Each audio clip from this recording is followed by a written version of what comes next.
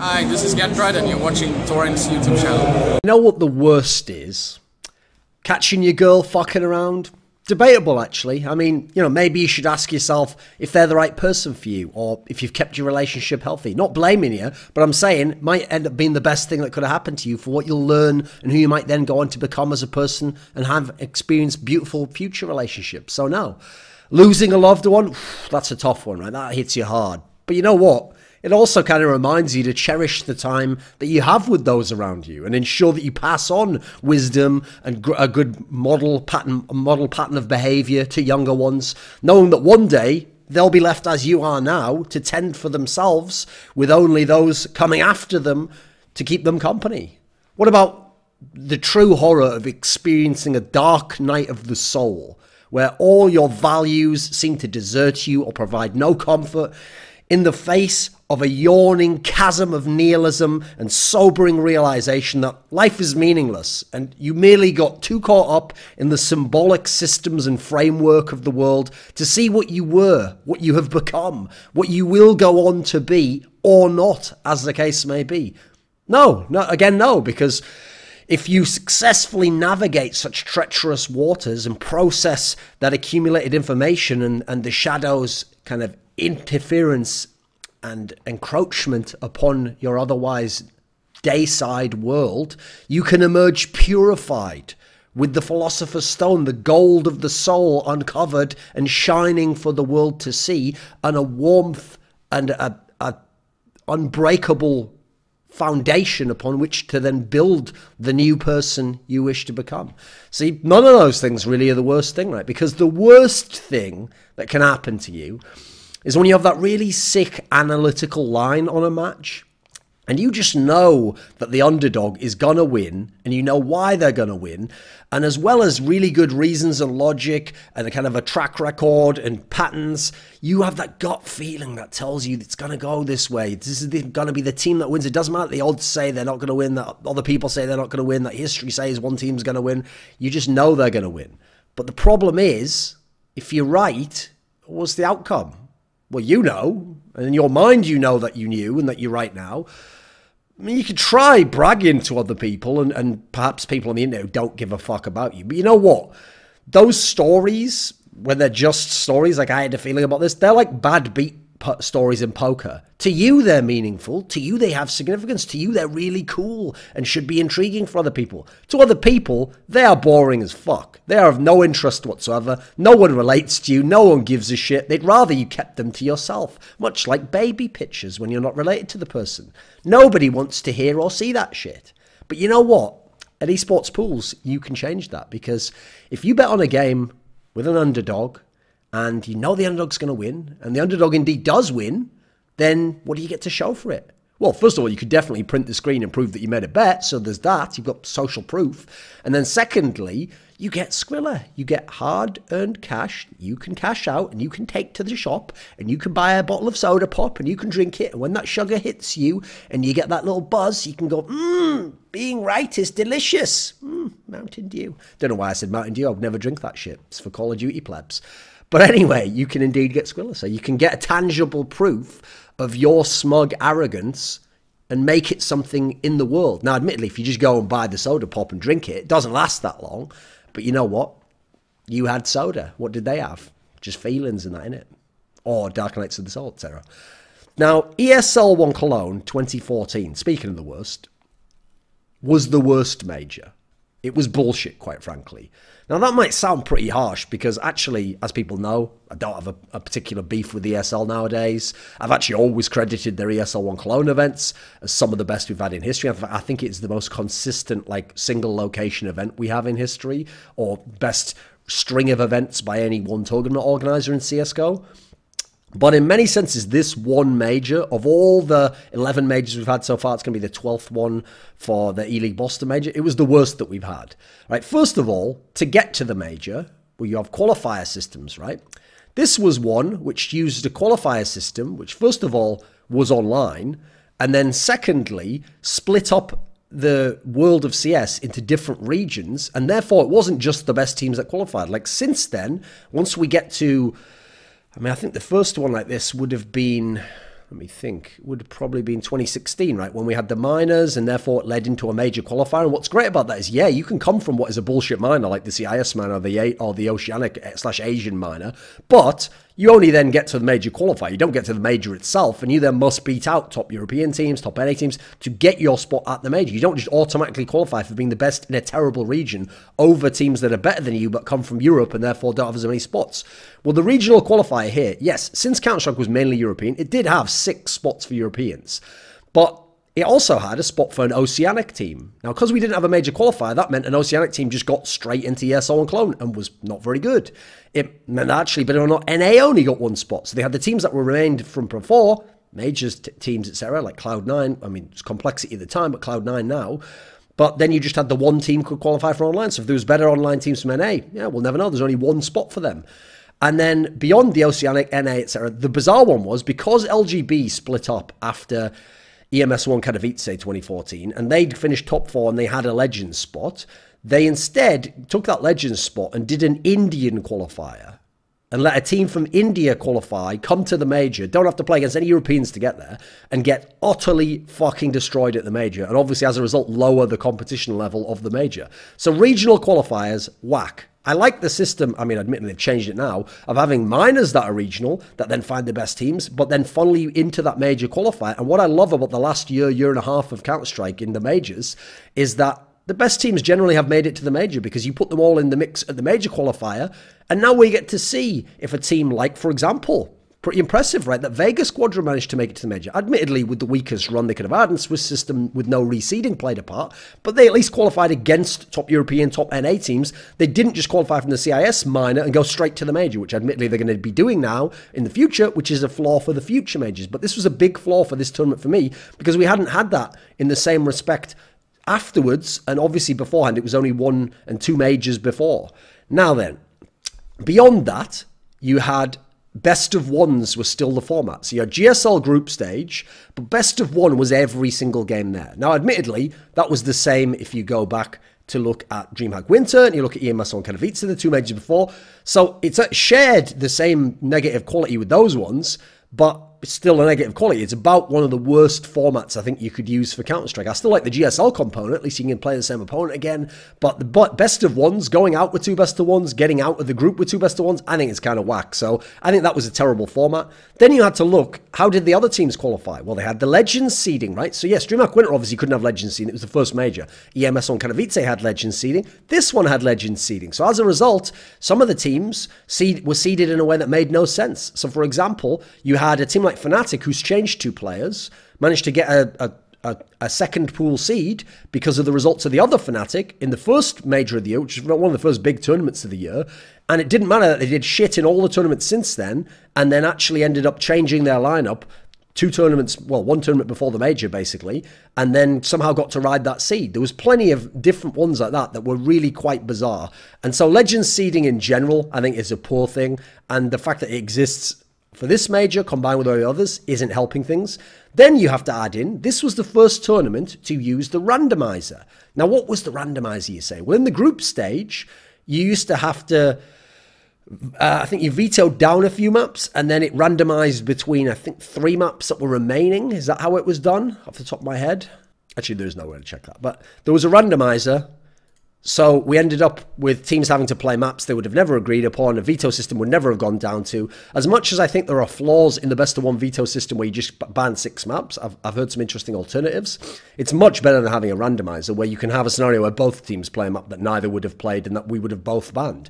So I think that produces bad games as it is, and is a terrible precedent and format to use at a major, at your world championship, where people's careers and reputations are on the line, and yet you have this randomizer scenario. So for example, a classic example would be when Titan, with Existence and Kenny S and MBK, actually the last tournament, by the way, that MBK and Existence played together, they got randomized on their last game to decide who got out of the group against Dignitas, the Danish team, which is basically the Astralis core, but with Fetish.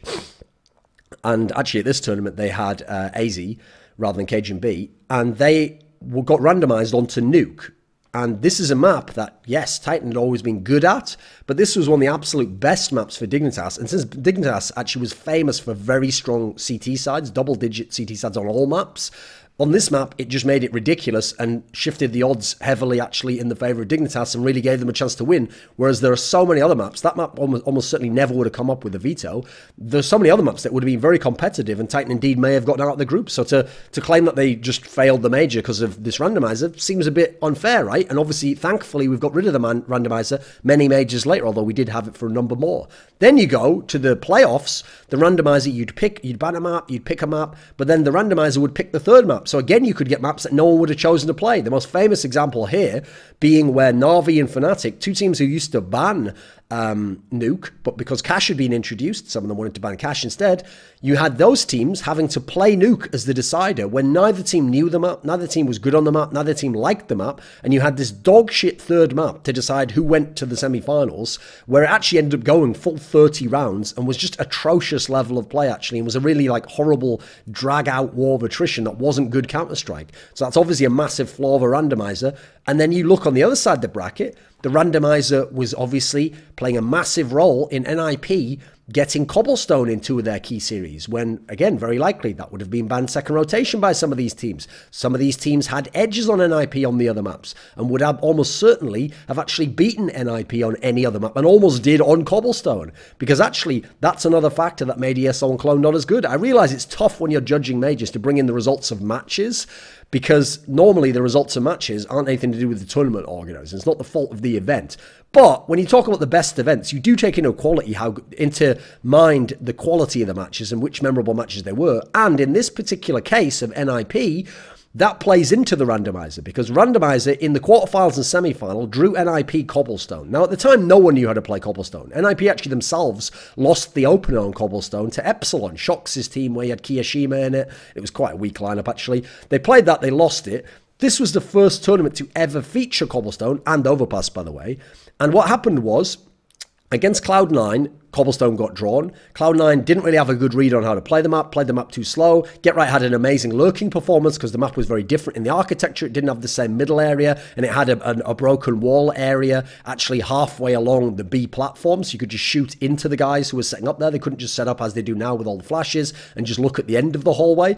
So the map was terribly broken and massively CT-sided. NIP ground out these CT-side wins and had an epic set of plays by Get Right for the map, but obviously Freiburg at the very end of Forest had a crazy play on the A site. They won that one, cheesed out an Cloud9 team who actually were playing better than them and I think should have been in the top 4, if not the final of that event.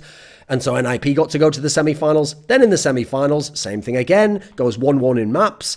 The third map gets drawn as Cobblestone. LDLC does their best. Same story again. NIP with a clutch CT half. Get Right with big plays on the CT half. NIP again narrowly wins 16-14 against a team who actually was in better form, had a better core of players, and probably were going to go to the, well, they were going to go to the final if they won this match, and actually could have won that major, I think, with Apex going ham, having amazing results. Happy was starting to develop into more of a star player, but he's still quite the tactician at the time, actually. He had Kaylee in his lineup, obviously, who was doing pretty well, and obviously later on would be taken by Titan. Then they get to the final, and this isn't as relevant to the randomizer because obviously Fnatic actually chose to pick Cobblestone because they'd played Cobblestone earlier and won, and then they were in a situation where they went against, they decided to pick it for their own reasons here, but just in terms of it making the match not as good, we had NIP just getting to cheese out Fnatic on Cobblestone, again winning a narrow match, because again, no teams really know how to play it, and so it kind of sucked to watch NIP just cheesing teams out, because one of the maps that they won in each of the 3 series was on Cobblestone, which was terrible Counter-Strike, quite frankly. It wasn't good from them.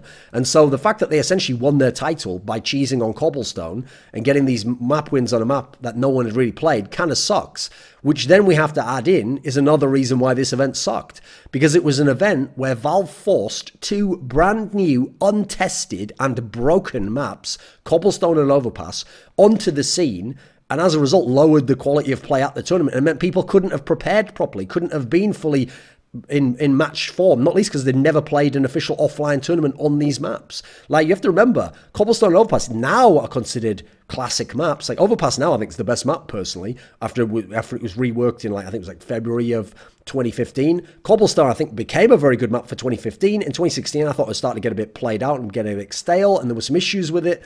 Although they actually did help things, I think, by adding that little set of steps at the A site. Not the B site, obviously. And But at the time, the unreworked versions were terrible. And that's why I actually think these matches here at this major sucked, where an IP was just playing it all the time. And I think if you go and watch the Overpass game that LDLC and NIP played as the deciding map in the final, which was using the randomizer as well, of DreamHack Winter 2014, the next major after this, I think that sucked as well. It was people just playing inside the sites and waiting for the terrorists to come to the site because the maps were different. So shit maps that no one's ever played before is egregious and obviously doesn't affect any other major in that respect. So I think that was a terrible factor and really limited this major, combined with the format, combined with who qualified and these components, and then the best of ones in the group stage, meaning you don't get necessarily the best playoff bracket. We didn't have a best of three decider.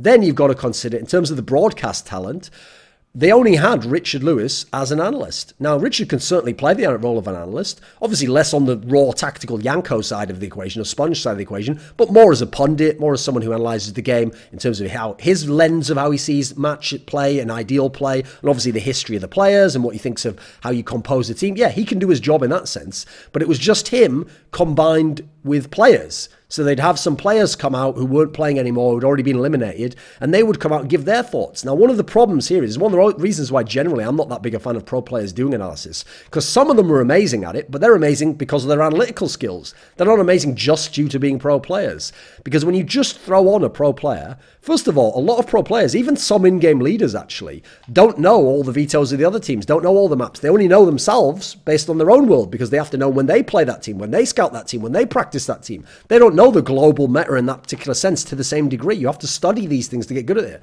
So go back and watch the VODs from this LAN and from actually all the ones in 2014 and early 2015 when ESL, obviously I wasn't there was no Yanko at that point in time, Sponge obviously was a player, Sean Gares largely was playing, etc. You go and you look at some of those ones where they're breaking down the vetoes, and these are some appalling breakdowns. Like, some of them are like, oh, I think this team might ban this, when like they have a permaban of a totally different map. Or being like, wow, I can't believe they banned that, when it's like the map that they ban like 80% of the time. Some of them are really stupid. And then some of the ones that they think the opponents, like what the team's going to pick into their opponent, don't make any sense, again, if you know the strengths of the map pool. Like, they were never going to do this. So some of the narrative you get for the casual viewer is just wrong or inaccurate or very ill-informed on many respects. And then I have to add in a lot of pro players, especially in these early days before they'd had more time on camera, and since they were in front of these massive, huge live audiences as well as online, a lot of players who otherwise have charisma and have good chemistry, etc., when they got on camera, got straight shook. Like, they were really nervous, and some of them were just pandering to the crowd or thinking that they had to big up the local team, or that they had to present somehow some fair, both sides could win the match, let's hedge our bets type scenario, which I think is not analysis, quite frankly. Analysis, to me, is about being objective in the sense that you're looking for what you consider objective truth. You're trying to find what really will happen here, who is the better team, what are the key factors, and so to do so, yeah, you're going to have to be subjective by deciding what criteria, but you're objective in as much as you think that there is a most accurate version of things, and you want to present that to the audience. It's not about saying, oh, well, this is one case, but could also be this, and who can say which is better? I'm just one man. No, that's not reasonable. So I think players actually, because they're not analysts, didn't do a very good job at this tournament in that respect. Then you've got to consider that as much as it had its flaws overall, some of the flaws were shared by past majors, like DreamHack Winter had a number of these flaws. But first of all, DreamHack Winter didn't have Legends seeding. It also didn't have ship maps being added that were a factor. Likewise, ESL One Cologne, yeah, it had Legends seeding. Yeah, it didn't have a very good qualification system still. But you know what? It didn't have the ship maps. It didn't have that flaw affecting it in the same sense. It actually had, I mean, admittedly, perhaps maybe had a worse analysis talent, because it didn't really have anyone, because obviously I got banned from that one. I mean, I didn't really get banned. I just got disinvited or told I was fired, right? Not really banned. Now, in terms of positives, because, yeah, there were some positives, I think, for this that you have to reference, as in the context of referencing that it's the worst major overall. First of all, it was very exciting. Those NIP series were amazing to watch. They were incredible. I couldn't believe what I was seeing, because I knew that the NIP dynasty had ended. I knew they weren't supposed to be winning this major. I knew that they were done, and that in the next couple of events, as they indeed did, everything was falling apart. They had no map pool, and they were going to lose. That's why actually Cobblestone being added and being randomized was one of the worst aspects, because NIP didn't have a map pool. They could play some teams on Nuke. They could get the odd team on another map. Maybe get the odd Inferno win if they'd played well. But they didn't have a solid map pool.